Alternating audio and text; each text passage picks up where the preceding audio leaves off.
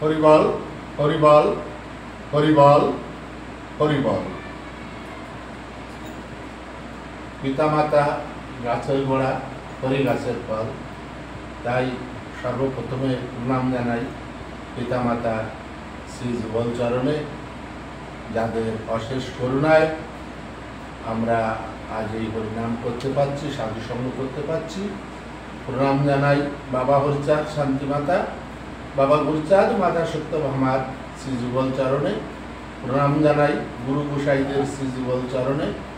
প্রণাম জানাই যেখানে যত হরিভক্ত আছেন এবং যারা যেখান থেকেই আমাদের এই ঠাকুরের গ্রন্থ পাঠ শুনছেন, তাদের শ্রী যুগল চরণে ভুল ত্রুটি ক্ষমা করে দেবেন, আমাদের আশীর্বাদ করবেন। আমরা যতদিন বেঁচে থাকি এভাবে যেন ঠাকুরের নাম করে যেতে পারি, আপনাদের কাছে এই প্রার্থনা।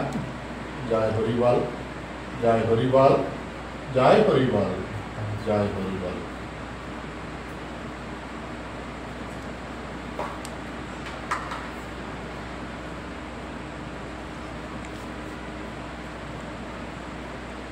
শ্রী শ্রী হরিলীলামৃত 11 পৃষ্ঠা।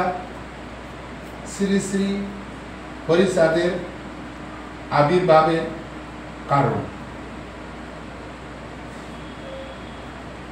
মানে এটা বোঝাতে চাইছে যে এত দেবতা তো আগে ছিল, কিন্তু তার ভিতর হরিচাঁদের আবির্ভাব হওয়ার কি দরকার ছিল, সেই কারণটা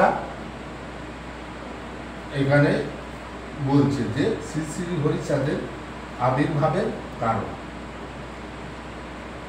ত্রেতা যুগে সূর্য বংশে এক বিষ্ণুর চতুরাংশে হলো দশরথের নন্দন।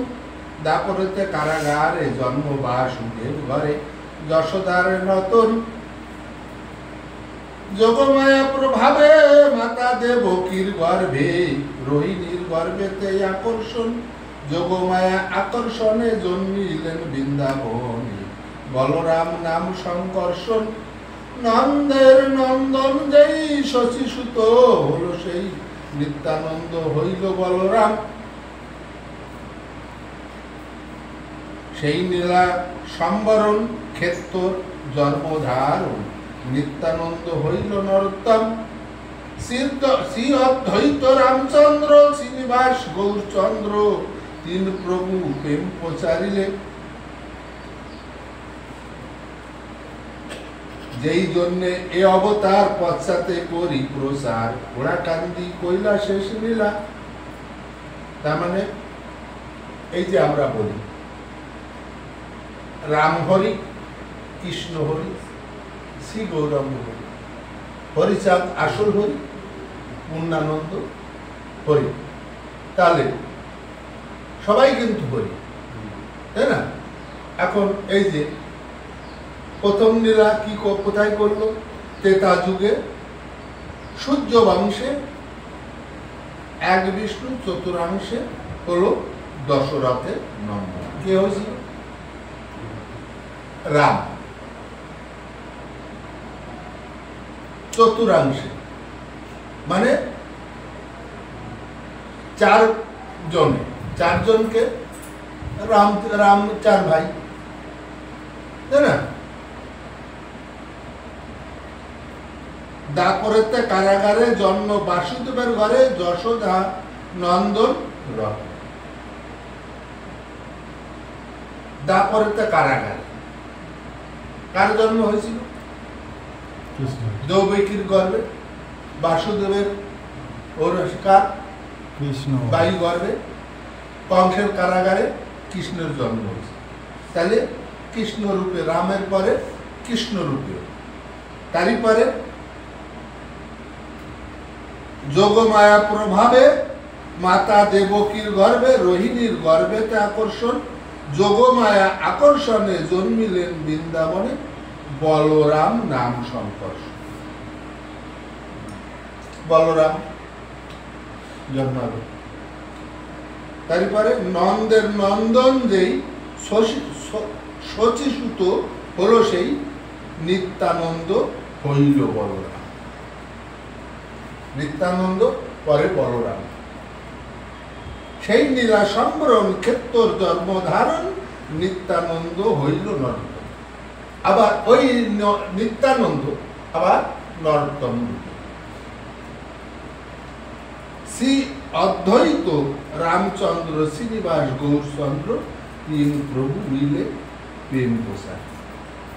এরা এই যে অদ্বৈত রামচন্দ্র শ্রীনিবাস গৌরচন্দ্র এই তিন প্রভু মিলে প্রেম প্রসার।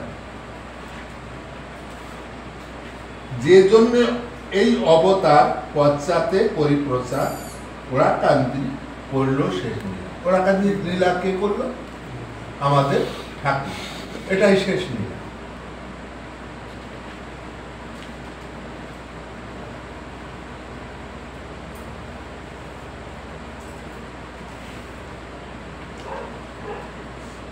যস্য পুত্র যাহা নাম যথা হল জন্মধাম, করিলাম লিখিতে আশায় রসিক সর্জন বিজ্ঞ দেহ মোরে এই ভাগ্য মনজ্ঞ নিষ্ফল যেন নয়। এটা লেখক বিনীত জানাচ্ছে যে এইটা যে আমি লিখলাম সবাই আমাকে আশীর্বাদ, আমার এই মনো আশা যেন নিষ্ফল না। মানব কুলে আসিয়া যশমন্ত সুত হইয়া জন্ম নিল সকলি নগরে, প্রচারিল গণগম্য সূক্ষ্ম সনাতন ধর্ম জানাইল এ জগৎ বই। তাহলে জন্ম কোথায় নিল?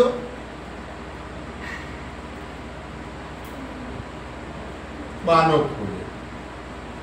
কারণ যশবন্ত বৈরাগীর ঘরে, তাই না? তা যশবন্ত বৈরাগী তো মানুষ, তাই না? কার ঘরে জন্মালো? রামকান্তর ঘরে। কারণ এই রামকান্ত বাসুদেবকে কোলে করে নিয়ে এসে অন্নপূর্ণা মার করে দিল। ঠিক আছে? এখন এই বাসুদেবের ঘরে, ওই যশোমন্তর ঘরে আমাদের মানবকুলে ঠাকুর জন্ম নিল। কি জন্য জন্ম নিল? জীবের উদ্ধারের কারণ। কেন? কারণ হচ্ছে এই যে পশ্চাতে যত অবতার ছিল, এই অবতারে দেখলো যে নাম যেভাবে নিয়ে এসেছিল জীবের উদ্ধারের জন্য, তা এই কলির জীব অত সহজে ওই নাম নিয়ে উদ্ধার হতে পারছে। তাহলে সহজভাবে জীবকে উদ্ধারের জন্য, জীবের উদ্ধারের জন্য সহজ নাম নিয়ে। সহজ কি? সেই যে সনাতন ধর্ম, আমরা অনেকে আমাদের ভিতর প্রচার করে যে মতুয়া ধর্ম। এই যদি মতুয়া ধর্ম বলা হয় তাহলে ঠাকুরের বাক্য লঙ্ঘন করা, ঠাকুরকে অপমান করা। ঠাকুর মতুয়া ধর্ম নিয়ে আসে। ঠাকুর কি নিয়ে এসছে? সূক্ষ্ম সনাতন ধর্ম। মানে সেই যে আমরা সনাতন ধর্মের লোক, সেই যে আগে বড় একটা সনাতন ধর্ম ছিল, সেই সনাতন ধর্মের দ্বারা জীবের উদ্ধার করা সম্ভব ছিল না। সেইকে সহজ করে সূক্ষ্ম সনাতন ধর্ম নিয়ে এলো, ছোট্ট করে নিয়ে আসলো। সনাতন ধর্মটাকে ছোট করে সূক্ষ্ম সনাতন ধর্ম নিয়ে আসলো, যে এই ধর্মের এই সহজভাবে জীবের উদ্ধার। হ্যাঁ, তাই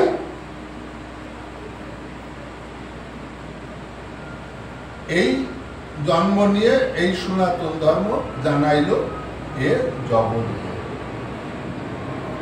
ঠিক আছে, আজকে এই পর্যন্ত। কালকে আবার এই ধারায় যাব। জয় হরি বল, জয় হরি বল, জয় হরি বল।